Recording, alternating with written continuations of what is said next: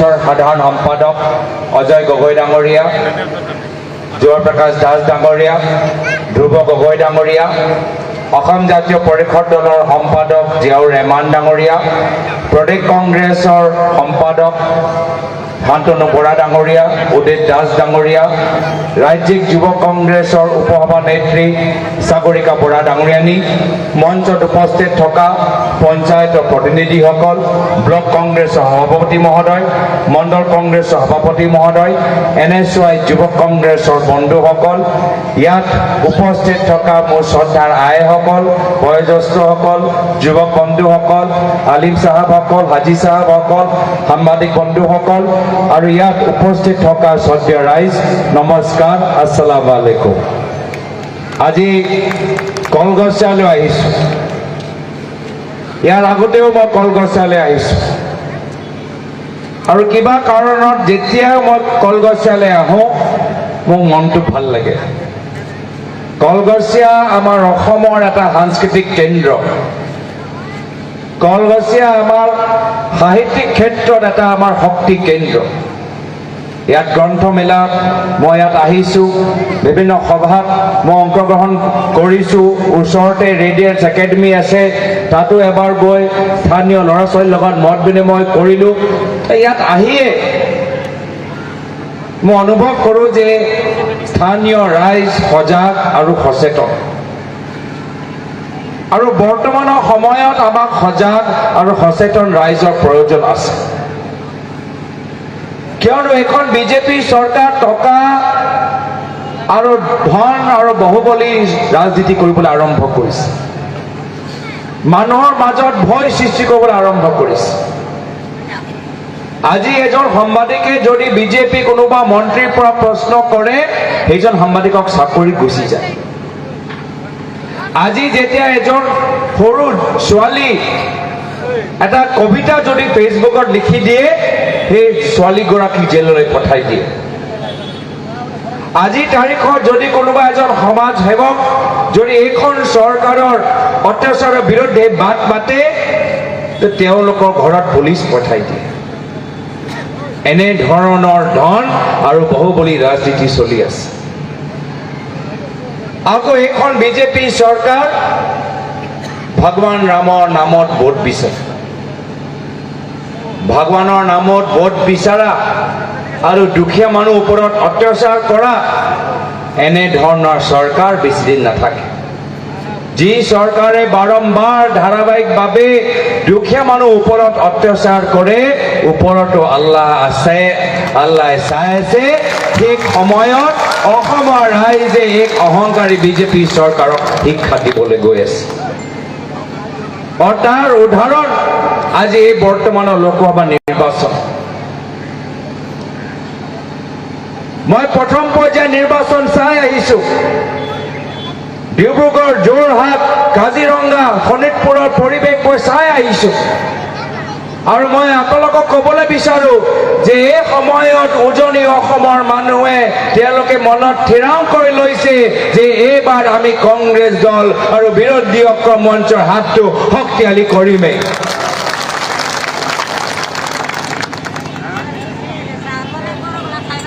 প্ৰথম পৰ্যায়ৰ নিৰ্বাচন সামৰি লোৱাৰ পিছত মই দ্বিতীয় পৰ্যায়ৰ নিৰ্বাচনৰ সময়ত নগাঁৱলৈ গ'লোঁ, শিলচৰলৈ গ'লোঁ, কৰিমগঞ্জলৈ গ'লোঁ।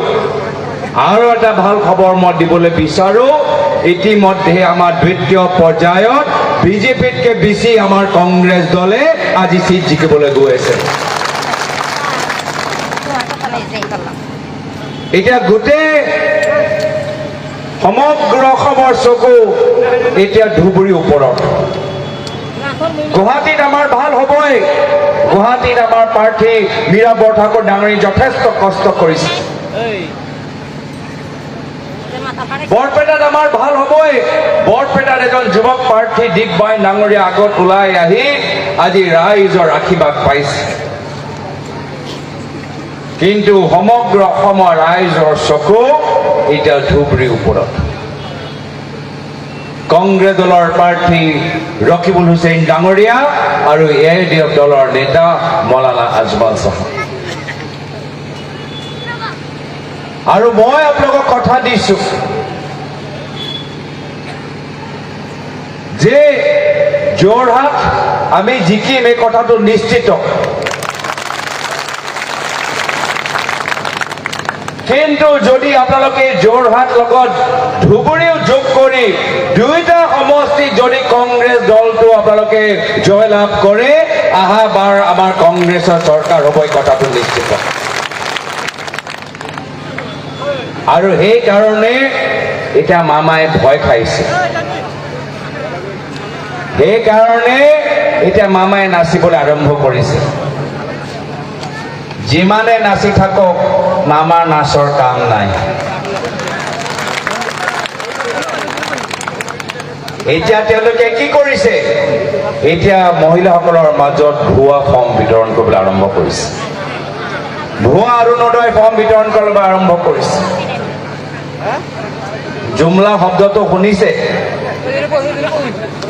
জুমলা মানে এনেকুৱা এটা প্ৰতিশ্ৰুতি, যি প্ৰতিশ্ৰুতি কেতিয়াও বাস্তৱত পৰিণত নহয়। প্ৰথমবাৰ আমি দেখিলো জুমলা যেতিয়া প্ৰধানমন্ত্ৰী মোদী ডাঙৰীয়াই কৈছে সকলৰ একাউণ্টৰ ভিতৰত 15 লাখ টকা পাব। দ্বিতীয় জুমলা আমি দেখিলো যেতিয়া সৰ্বানন্দ সোণোৱাল ডাঙৰীয়া আহি ক'লে যে পৰিৱৰ্তন হ'ব। পৰিৱৰ্তনৰ নামত আমি কি দেখিলো? যে বিজেপি অহাৰ পিছত পৰিৱৰ্তনৰ নামত ধনী আৰু ধনী হৈ গ'ল, দুখীয়া আৰু দুখীয়া হৈ গ'ল। পৰিৱৰ্তনৰ নামত নহৰু 1 কেজি দাম এতিয়া 400 টকা হৈ গ'ল, নিমখৰ দাম 20 টকা হৈ গ'ল, চাউলৰ দাম 50 টকা হৈ গ'ল, মিঠাতেলৰ দাম 200 টকা হ'ল। তো 15 লাখৰ জুমলা, পৰিৱৰ্তনৰ জুমলা। তাৰপিছত মামা আহি ক'লে যে গছ পুলি ৰুলে আপোনালোকে 10,000 টকা পাব। কোনোবা পালে? আমাৰ পুৰুষে হাত নেদেখাব, মহিলাখিনি কৈছো মই। মামাই মহিলাক খুব প্ৰতিশ্ৰুতি দিয়ে। অমৃত কল অভিযানত মহিলাখিনি খোজ তেওঁলোকে কাঢ়িবলৈ বাধ্য হ'ল। আৰু তাৰপিছত 10,000 টকা অমৃত কলৰ 10,000 টকা পালে, বৃক্ষৰোপণৰ 10,000 টকা পালে। তাৰপিছত আকৌ নতুন জুমলাই মামাই ওলালে কি? লখপতি বাইদেউ। 4-5 মাহ হৈ গ'ল লখপতি বাইদেউ। শুনি আছো অসমৰ মহিলাই ফৰ্ম চহী কৰি গৈ আছে। প্ৰত্যেকবাৰ ফৰ্ম চহী কৰাৰ পিছত বিজেপি মানুহক সোধে মই লখপতি বাইদেউ কেতিয়া হ'ম? বিজেপি মানুহে কয় বাইদেউ ফটোটো অলপ ভুলকে লৈ গ'ল, বাইদেউৰ নামটো অলপ শুদ্ধকে লিখা নাই, বাইদেউ ছেটেলাইটত আপোনাৰ ঘৰৰ GPS আমি পোৱা নাই। এনেকুৱা কৰি বাৰম্বাৰ অসমৰ মহিলাসকলক বিশ্বাসঘাতক কৰি আছে, ঠগি আছে, মিছা প্ৰতিশ্ৰুতি দি আছে। এয়া হৈছে জুমলা। এতিয়া লখপতি বাইদেউ ফৰ্ম নাইকিয়া কৰি এতিয়া ভুৱা অৰুণোদয় ফৰ্ম বিতৰণ কৰিবলৈ আৰম্ভ কৰিছে। শ্ৰদ্ধেয় ৰাইজ, চাওক, যেতিয়ালৈকে অসমৰ মুখ্যমন্ত্ৰী হিমন্ত বিশ্ব শৰ্মা ডাঙৰীয়া হৈ থাকে, অসমৰ মহিলা লখপতি বাইদেউ হ'ব নোৱাৰে। যেতিয়ালৈকে হিমন্ত বিশ্ব শৰ্মা ডাঙৰীয়া অসমৰ মুখ্যমন্ত্ৰী হৈ থাকে, অসমৰ ভিতৰত এগৰাকীয়ে মহিলা লখপতি বাইদেউ হ'ব, সেই আমাৰ দিছপুৰৰ বাইদেউ। তেওঁ বাহিৰে আৰু কোনো অসমৰ ভিতৰত লখপতি বাইদেউ হ'ব নোৱাৰে। এই দিছপুৰৰ লখপতি বাইদেৱে য'তে তেওঁৰ চকু পৰে কিনিবলৈ মন যায়। বাগান দেখিলে বাগান কিনে, মাটি দেখিলে মাটি লয়, কাৰোবাৰ ঘৰ দেখিলে ঘৰ লয়, ক'ৰবাত স্কুল দেখিলে স্কুল লয়। তেওঁলোকৰ লোভৰ কোনো সীমা নাই। কিন্তু মই আপোনালোকক কথা দিছো, কংগ্ৰেছৰ ইস্তিহাৰ অধ্যয়ন কৰক। তাত ৰাহুল গান্ধী ডাঙৰীয়া স্পষ্টভাৱে কৈছে যে গৃহলক্ষ্মী আঁচনিৰ যোগেদি প্ৰত্যেক আমাৰ ভাৰতীয় মহিলাগৰাকী 1 লাখ টকা পাব যদি ভৱিষ্যত আমাৰ কংগ্ৰেছৰ চৰকাৰ আহে। তো সেইকাৰণে কংগ্ৰেছৰ চৰকাৰ আহিলেহে অসমৰ মহিলা বাস্তৱভাৱে লখপতি বাইদেউ হৈ থাকিব। নহ'লে যেতিয়ালৈকে বিজেপি থাকে আপোনালোকে মাত্ৰ জুমলা পাব, তাৰ বাহিৰে একো নাপাব। আজি শ্ৰদ্ধেয় ৰাইজ, মোক মনত পৰে মোৰ পিতৃ প্ৰয়াত তৰুণ গগৈদেৱলৈ, যিজনে কৈছে ৰাজনীতি হ'ল ৰাইজক সেৱা কৰাৰ মাধ্যম। আমি ৰাইজৰ সেৱক। তেওঁ 15 বছৰ অসমৰ মুখ্যমন্ত্ৰী আছিল। এই 15 বছৰত যথেষ্ট ধন সম্পত্তি আমাৰ ঘৰত হ'ব পাৰিলেহেঁতেন, কিন্তু মোৰ পিতৃ 15 বছৰ অসমৰ মুখ্যমন্ত্ৰী, মোৰ নামত আজিলৈকে ক'তো বাগান বা ক'তো কোম্পানী তেওঁলোকে খোলা নাই। 15 বছৰ মোৰ পিতৃ অসমৰ মুখ্যমন্ত্ৰী, মোৰ মাৰ নামত ক'তো ৰিজৰ্ট বা ক'তো কোম্পানী বা নিউজ চেনেল বা নিউজ পৰ্টেল নাই। 15 বছৰ মোৰ পিতৃ অসমৰ মুখ্যমন্ত্ৰী, মোৰ পৰিবাৰৰ নামত ক'ৰবাত ৰিজৰ্ট তেওঁলোকে খোলা নাই। আমাৰ কাৰণে ৰাজনীতি হ'ল যে ৰাইজৰ সপোন বাস্তৱ কৰা, আৰু সেইকাৰণে আমি ৰাইজক জনাই থৈছো, আমাৰ যেতিয়া চৰকাৰ আহিব এটা এটাকৈ আপোনালোকৰ সমস্যা আমি সমাধান কৰিম। আজি বৰ্তমানৰ বিজেপি চৰকাৰ গাঁৱৰ ভিতৰত চৰকাৰী স্কুল বন্ধ কৰি মদৰ দোকান খুলিছে। আমাৰ চৰকাৰ আহিলে আমি মদৰ দোকান বন্ধ কৰি আমি চৰকাৰী স্কুল পুনৰবাৰ জীৱিত কৰিম। আমাৰ দিনত যেতিয়া কংগ্ৰেছৰ চৰকাৰ আছিল, কিমানবোৰ ভেঞ্চাৰ স্কুল আজি তেওঁলোকৰ প্ৰভিন্সিয়েলাইজ কৰা গ'ল, কিন্তু আজি ভেঞ্চাৰ স্কুলৰ অৱস্থা নাই। ভেঞ্চাৰ স্কুল লৈ কোনো নীতি নাই। আমাৰ যেতিয়া চৰকাৰ আহিব আমি ভেঞ্চাৰ স্কুলৰ কাৰণে আমি পুনৰবাৰ এটা সঠিক এটা নীতি আমি হাতত ল'ম। আশা কৰ্মী, অংগনবাড়ী কৰ্মী কৰোণা সময়ত কিমান কষ্ট কৰিলে। এই আশা কৰ্মী, অংগনবাড়ী কৰ্মী কোন চৰকাৰ দিনত নিযুক্তি পালে? কংগ্ৰেছৰ চৰকাৰ নিযুক্তি পালে, আৰু ভৱিষ্যত কংগ্ৰেছ চৰকাৰ আহিলে আশা কৰ্মী, অংগনবাড়ী কৰ্মীসকলৰ দৰমহা বৃদ্ধি হ'ব। এই কথাখিনি মনত ৰাখিব। চৰকাৰী চাকৰিয়ালক মনত আছে কি যেতিয়া 2001 চনত আমাৰ কংগ্ৰেছৰ চৰকাৰ সেই সময়ত আহিছিলে, আজিৰ পৰা 20-22 বছৰ আগত, সেই সময়ত চৰকাৰী শিক্ষকসকলৰ কি অৱস্থা, চৰকাৰী চাকৰিয়ালৰ কি অৱস্থা, কিন্তু কংগ্ৰেছ চৰকাৰ অহাৰ পিছতহে চৰকাৰী শিক্ষকসকলে দৰমহা পালে, চৰকাৰী কৰ্মচাৰীসকলে দৰমহা আৰু পেঞ্চন পালে। সেইকাৰণে কংগ্ৰেছ আহিলেহে আমাৰ চৰকাৰী কৰ্মচাৰীসকলে অধিকাৰ নিজৰ পায়, আৰু সেইকাৰণে মই কৈছো আমাৰ চৰকাৰ আহিলেহে চৰকাৰী চাকৰিয়ালে নিজৰ পুৰণা পেঞ্চন স্কিম তেওঁলোকে পাবলৈ এটা পৰিৱেশ পাব। আজি সদ্য ৰাইজ নৱ প্ৰজন্মই এটা গুৰুত্বপূৰ্ণ ভূমিকা গ্ৰহণ কৰিছে। মই নিজে দেখিছো যে উজনি অসমৰ নৱ প্ৰজন্ম ওলাই আহি আমাক ভোট দিছে। কিয়? যিহেতু নৱ প্ৰজন্ম এতিয়া বিজেপি AIUDF দলৰ সাম্প্ৰদায়িক ৰাজনীতি, হিন্দু আৰু মুছলমান, হিন্দু আৰু মুছলমান, হিন্দু আৰু মুছলমানৰ ৰাজনীতিৰ পৰা আমনি পাইছে। নৱ প্ৰজন্মই কৈছে কি নহয়, আমাক শিক্ষা ৰাজনীতি দিয়ক, আমাক চিকিৎসা ৰাজনীতি দিয়ক, আমাক শান্তি ৰাজনীতি দিয়ক। নৱ প্ৰজন্মই বুজি পাইছে কি যদি আমি নিজৰ সংবিধান সুৰক্ষিত কৰি ৰাখিব লাগে, আমাৰ সন্মুখত এটাই বিকল্প, 7 তাৰিখে 7 দিনৰ পৰ ভোট দি আমি ৰকিবুল হুসেইন ডাঙৰীয়াক জয়যুক্ত কৰি ৰাখিব লাগে। নৱ প্ৰজন্মৰ স্বাভিমান আছে। নৱ প্ৰজন্মও বিচাৰে যে অসমৰ প্ৰতিনিধি দিল্লী সদনত থিয় হৈ অসমৰ কথাবোৰ ভালদৰে উপস্থাপন কৰক। সেইকাৰণে যোৰহাটৰ নৱ প্ৰজন্মই আজি আমাৰ ইণ্ডিয়া এলায়েন্সৰ কংগ্ৰেছ পাৰ্টিক সমৰ্থন জনাইছে। শ্ৰদ্ধেয় ৰাইজ, 10 বছৰ মই লোকসভা সাংসদ আছিলোঁ। এই 10 বছৰৰ ভিতৰত এদিনো মই মৌলানা আজমাল চাহাবক প্ৰধানমন্ত্ৰী মোদী ডাঙৰীয়াক সমালোচনা কৰা দেখা নাই, কেতিয়াও দেখা নাই।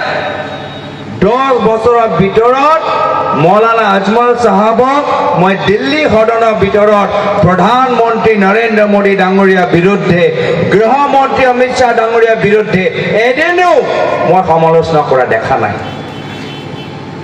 তো শ্ৰদ্ধেয় ৰাইজ, আজিৰ তাৰিখত যেতিয়া বিজেপিয়ে আমাৰ অধিকাৰ কাঢ়ি লৈ যাবলৈ বিচাৰে, আজি তাৰিখত বিজেপিয়ে আমাৰ সংবিধান সলনি কৰিবলৈ বিচাৰে, AIUDF দলে আমাক কি সুৰক্ষা দিব পাৰে?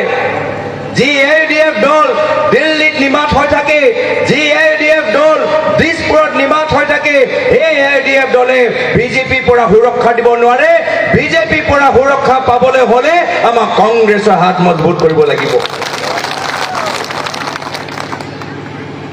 আগতে আমি কৈছিলো যে AIDF দল বিজেপি দলৰ বি টিম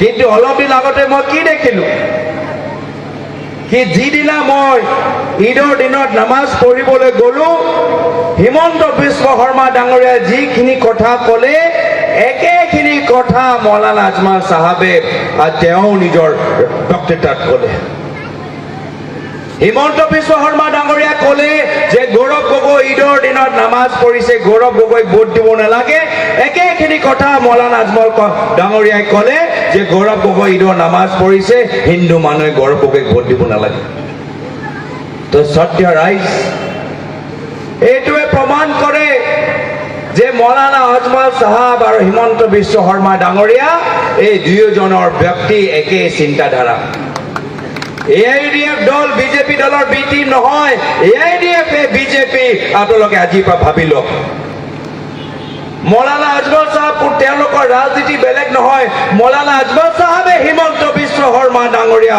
আপোনালোকে ভাবি লওক এই দুয়োগৰাকীৰ ব্যক্তিৰ একেহে উদ্দেশ্য নিজৰ ব্যক্তিগত ধন সম্পত্তি কেনেকৈ বৃদ্ধি কৰিব লাগে ৰাইজৰ মাজত কি হৈছে উচ্ছেদৰ নামত কি ৰাজনীতি চলি আছে সাম্প্ৰদায়িক ৰাজনীতি লৈ আমালোকৰ মাজত কিমান ঘৃণাৰ এটা বাতাবৰণ সৃষ্টি হৈছে তাৰ লৈ তেওঁলোকৰ কোনো চিন্তা নাই মাত্ৰ নিজৰ খেতি মাত্ৰ নিজৰ বেপাৰ মাত্ৰ নিজৰ বাগান মাত্ৰ নিজৰ ঘৰ কেনেকৈ আৰু বহল হ'ব লাগে সেয়া হৈছে তেওঁলোকৰ উদ্দেশ্য আজি শ্ৰদ্ধেয় ৰাইজ এই ৰকিবুল হুছেইন ডাঙৰীয়া সামগ্ৰী সমষ্টি বিধায়ক আছে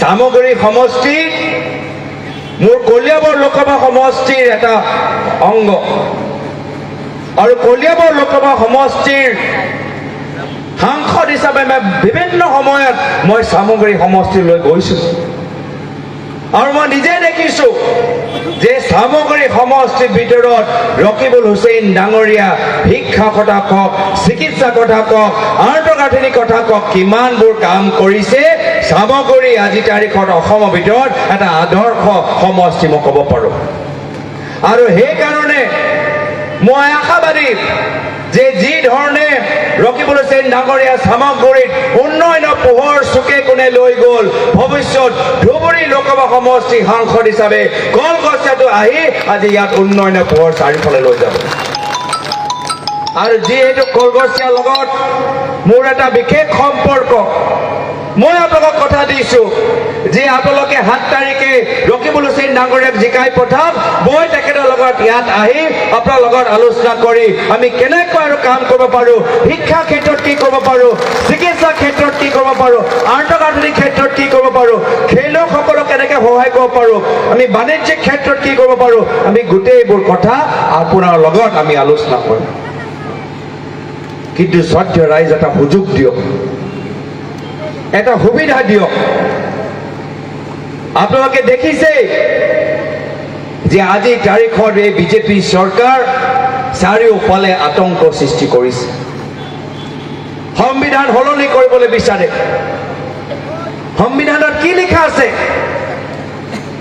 যে প্ৰত্যেক ভাৰতীয় নাগৰিকৰ ভোট দিয়া অধিকাৰ আছে হে হিন্দু হওক মুছলমান হওক ধনী হওক দুখীয়া হওক বিভিন্ন জনগোষ্ঠীৰ হওক উত্তৰ ভাৰতৰ হওক দক্ষিণ ভাৰতৰ হওক সকলোৰ ভোট দিয়া অধিকাৰ আছে সমান অধিকাৰ আছে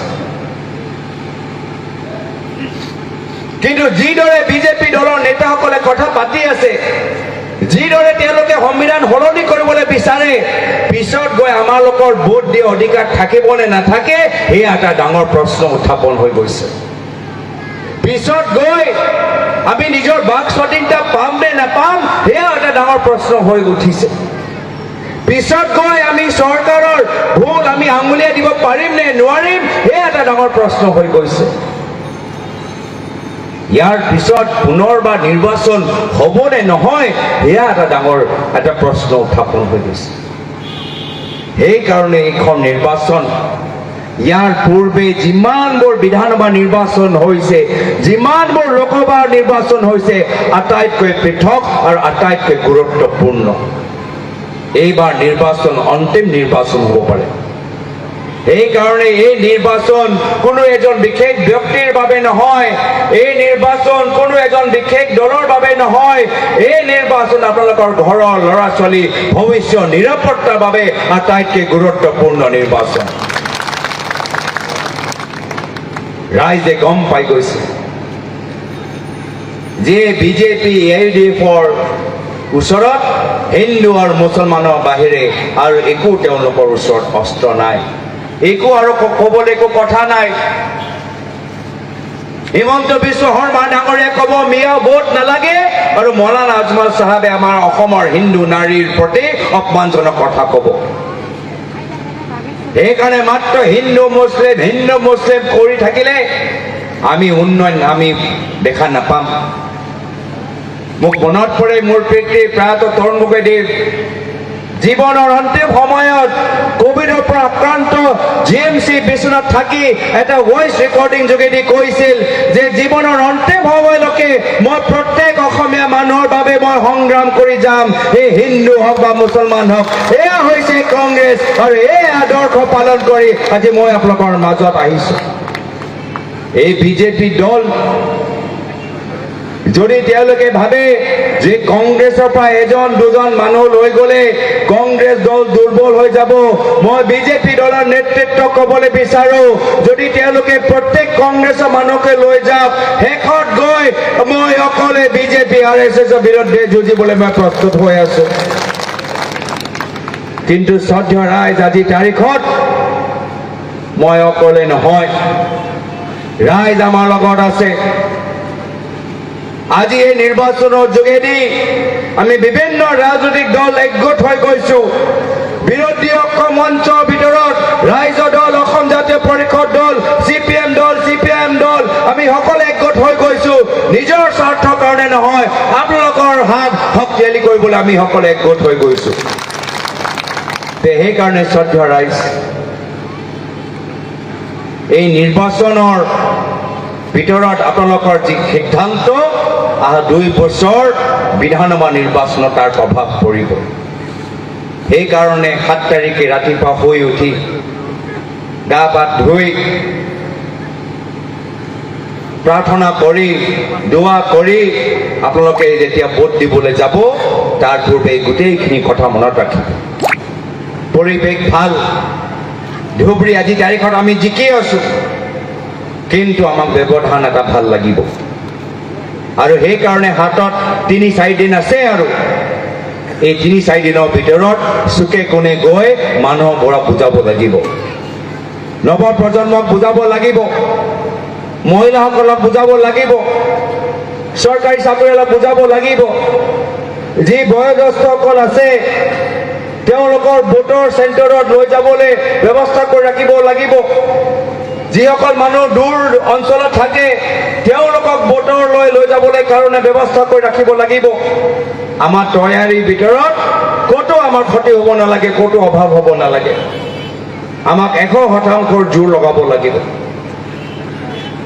মই আশা কৰোঁ যে আপোনালোকৰ ৰাইজৰ আশা দৰে আমি ভৱিষ্যত এনেকুৱা এটা চৰকাৰ পাম, যি চৰকাৰে আমালোকৰ মাজত শান্তি আৰু সম্প্ৰীতি লৈ আনে। মই গৌৰৱ অনুভৱ কৰোঁ যে মোৰ দলৰ নেতা ৰাহুল গান্ধী ডাঙৰীয়া আজি কন্যাকুমাৰীৰ পৰা কাশ্মীৰলৈকে খোজ কাঢ়িছে, মণিপুৰ পৰা মুম্বাইলৈকে গৈছে, এটাই বাৰ্তা লৈ যে নফৰত কি বাজাৰ মে মোহব্বত কি দোকান খোলনি। এয়া হৈছে কংগ্ৰেছ। শান্তি সম্প্ৰীতি ঘূৰি আহিব। ৰাজনীতি এটা চক্ৰ, যিদৰে আন্ধাৰৰ পিছত পোহৰ আহে, ৰাতিৰ পিছত দিন আহে, এই লোকসভা নিৰ্বাচনৰ পিছত বিজেপি পিছত কংগ্ৰেছ আহিব, বিৰোধী ঐক্য মঞ্চ আহিব। এইখিনিয়ে কথা আজি আপোনালোকৰ মাজত গৈ ক'বলৈ আহিছোঁ। পুনৰবাৰ ইমান ধৈৰ্য সহকাৰে আপোনালোকৰ মোৰ কথা শুনিলে তাৰ বাবে কৃতজ্ঞতা জ্ঞাপন কৰিছোঁ। ইয়াত আহোঁতে যে পলম হ'ল তাৰ বাবে মই ক্ষমা বিচাৰিছোঁ। প্ৰত্যেকজনৰ ঘৰৰ মংগল কামনা কৰি ইয়াতে নিজৰ চমু দুআষাৰ সামৰিছোঁ। ধন্যবাদ। জয় হিন্দ, জয় অসম। ধন্যবাদ জনাইছোঁ গৌৰৱ গগৈ ডাঙৰীয়া।